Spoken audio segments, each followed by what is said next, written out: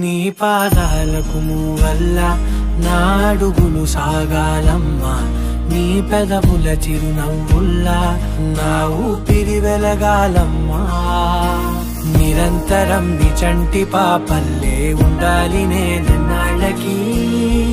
నిన్ను దిలెంతగా ఎదగాలనుకోనే అమ్మా